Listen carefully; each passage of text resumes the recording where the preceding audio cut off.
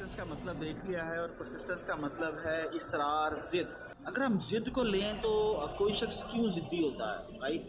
आप किसी को समझ लो परसिस्टेंस को समझने के लिए।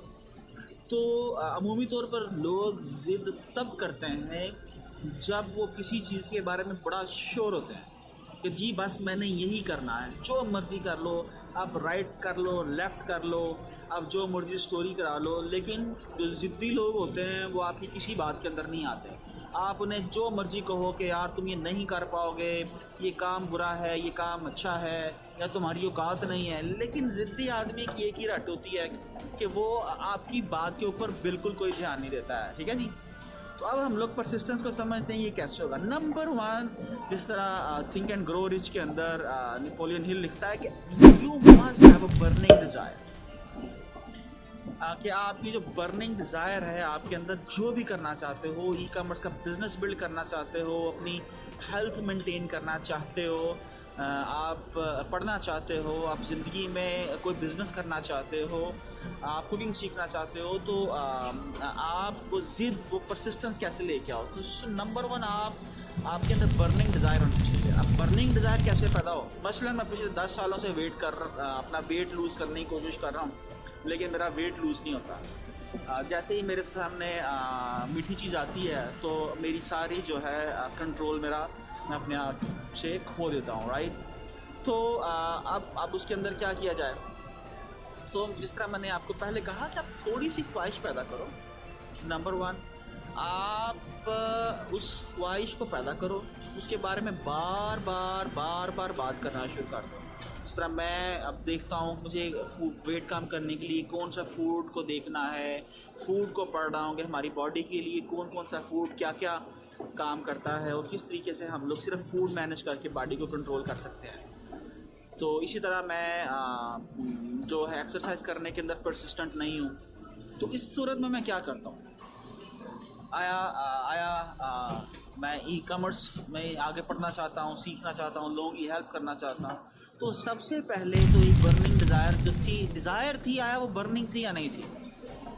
दूसरा जो मैंने काम किया, वो काम मैंने ये किया कि मैंने अपनी लाइफ के अंदर से ऐसे तमाम लोग जो मुझे ये बोलते थे तुम नहीं कर सकते हो, जो नेगेटिव लोग थे, मैंने उनको अपनी ज़िंदगी से फ़र्क करना शुरू कर दिया। अब कोशिश करता हूँ उनके साथ कम बैठूँ, उनके साथ कम डिस्कशन करूँ, क्योंकि आप जिस फ्रीक्वेंसी के ऊपर बात कर रहे हो, कुछ करने की, कुछ बदलने की, वो नहीं कर पा रहे, तो वो आपको भी उसी एनर्जी के साथ अपने साथ ही ले जाएंगे। तो नंबर 1 आपको डिज़ायर क्रिएट करनी है। नंबर 2 आपको क्या करना है, आपको ऐसे सारे नेगेटिव लोग अपनी ज़िंदगी से निकालते हैं जो किसी सूरत के अंदर भी आपको डीमोटिवेट करें। ये कोई भी हो सकता है। अगर आप उनको नहीं निकाल सकते तो आप कोशिश करो उनको अवॉइड करने की। नंबर 3, आप ऐसे तमाम लोगों को फॉलो करना शुरू कर दो जो आपको मोटिवेट करते हैं, जो सेम फील्ड के अंदर है। मसलन मैं रेगुलरली मैं बैडमिंटन खेलना चाहता हूँ लेकिन मैं परसिस्टेंट नहीं हूँ।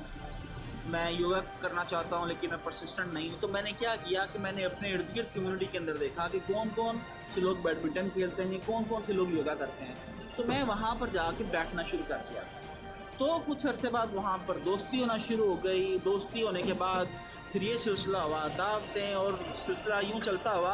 अब जब आप नहीं चाहते हो तो लोग आपको खींच लेते हैं, कॉल आ जाएगी, पूछेंगे हालचाल, पूछेंगे आपको। तो आहिस्ता आहिस्ता फिर आप उसी कल्चर का हिस्सा बनते जाते हो। तो आपने जो भी काम करना है, मसलन मैं देखता हूँ पाकिस्तान के अंदर बहुत सारे लोग जो हैं वो पॉलिटिक्स मतलब की न्यूज़ को फॉलो कर रहे होते हैं। मेरी समझ में ये नहीं आता कि अगर आपने पॉलिटिशियन नहीं बनना, मतलब आप इंजीनियर बन रहे हो, आप डॉक्टर बन रहे हो, आप डिजिटल मार्केटिंग सीखना चाह रहे हो, आप ई कॉमर्स सीखना चाह रहे हो, आप आर्टिफिशियल इंटेलिजेंस सीखना चाह रहे हो, और भाई पॉलिटिक्स को क्यों फॉलो कर रहे हो, पॉलिटिशियंस को क्यों फॉलो कर रहे हो? आपने क्या कर लेना है, वो जो तमाशा लगा हुआ है वो लगा हुआ है भाई, खुदा का वास्ता है। आपको क्या फॉलो करना है? सपोज़ मुझे क्या करना है, मेरी भी डेटा फीड के अंदर ऐसे ही बहुत सारी पॉलिटिकल न्यूज़ आया करती थी, लेकिन आहिस्ता आहिस्ता मैंने उन तमाम लोगों को क्या किया, अनफॉलो करना शुरू कर दिया। वो मेरी फ्रेंड लिस्ट के अंदर तो हैं मेरा जो डेटा फीड जा रहा है वो उससे ज़रूर इस्तेफ़ादा ले सकते हैं, लेकिन मैंने ये उनका फीड देखने के बाद इस चीज़ का फ़ैसला किया कि मुझे इनसे पॉलिटिकल न्यूज़ वॉच नहीं करनी। उसकी बजाय मैंने क्या किया, मैंने उन तमाम दुनिया के top 50 digital marketers, e commerce Gurus की लिस्ट निकाली फेसबुक के ऊपर, और मैंने 1 बाय 1 करके उनको फॉलो करना शुरू कर दिया। और ना सिर्फ फॉलो करना शुरू किया, मैंने फेसबुक का जो फंक्शन है सी फर्स्ट उसको क्लिक करना शुरू कर दिया। इससे जो मेरा डेटा फीड है वो इंटायरली बदल गया। अब जब भी अपनी फेसबुक पे लॉगिन करोगे तो बजाय ये कि आप किसी भी तरह का वहाँ पर न्यूज़ पढ़ो, तो आप उसके रिएक्शन के अंदर आपका माइंड जो है जैसी इनपुट ले रहा है तो उससे आउटपुट भी वैसी देगा। तो आप उसकी बजाय मुझे क्या न्यूज़ आना शुरू हो गई, ई कॉमर्स की, डिजिटल मार्केटिंग की, आईटी की, आर्टिफिशियल इंटेलिजेंस की, बिग डेटा की, मोटिवेशनल जो स्पीकर्स हैं उनकी। तो क्या आना शुरू हो गया कि मेरे पास पॉजिटिव थाट्स जो हैं सुबह से आना शुरू हो जाएंगे। तो अगर मैं कहीं पर डीमोटिवेट हुआ हूँ तो किसी न किसी जो पॉजिटिव एनर्जी है मुझे अपने साथ आगे लेके चलेगी। तो ये जनाब हो गई 3 चीज़ें। चौथी चीज़ जो हम लोगों को मैं समझता हूँ परसिस्टेंट रहने के लिए ज़रूरी है, और वो है आपका एक जंतर मंतर बोलना। आप जिस चीज़ को वजूद देना चाहो उसका जिक्र शुरू करो, तो अल्लाह उसको वजूद दे देगा। तो आप जो करना चाहते हो उसको बोलना शुरू कर दो।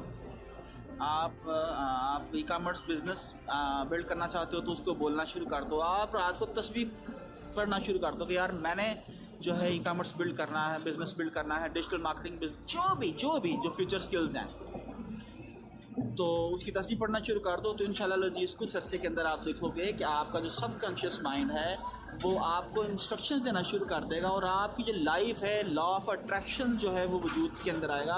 और लॉ ऑफ अट्रैक्शन क्या है? लॉ ऑफ अट्रैक्शन है कुन, जिस तरह अल्लाह ताला फरमाता है ना, और फयाकून।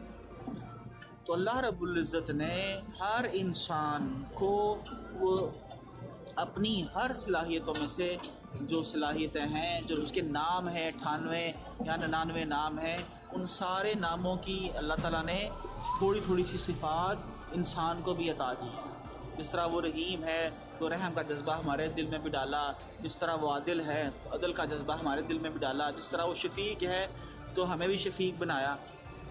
तो इसी तरह बाकी सिफ़ात के साथ साथ जो अल्लाह की एक सिफ़त है कुन, हो क्या फरमाते हैं कि वो अल्लाह बोलते हैं कुन और फ़याकून हो जाती है।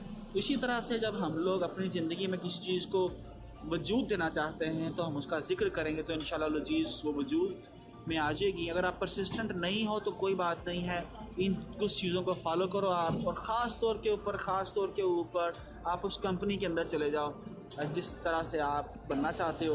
क्योंकि मेरे एक अक्सर दोस्त मिर्ज़ा अली साहब ये फरमाते हैं मैंने कि you are some of the 5 closest person around you. तो अपने इर्द गिर्द 5 लोग बस बदल लो, इंशाअल्लाह अज़ीज़ परसिस्टेंट भी हो जाओगे, काम भी शुरू हो जाएगा और ज़िंदगी में कामयाब होना भी शुरू हो जाएगा। तो जनाब ये था छोटा सा पैगाम। मेरे ख्याल में जो भी आया कि आपको, मैं तो यही फॉलो करता हूँ चीज़ों को, और आई होपफुली कि आप भी फॉलो करोगे। तो जनाब thank you so much. Pakistan जिंदाबाद, जिंदाबाद।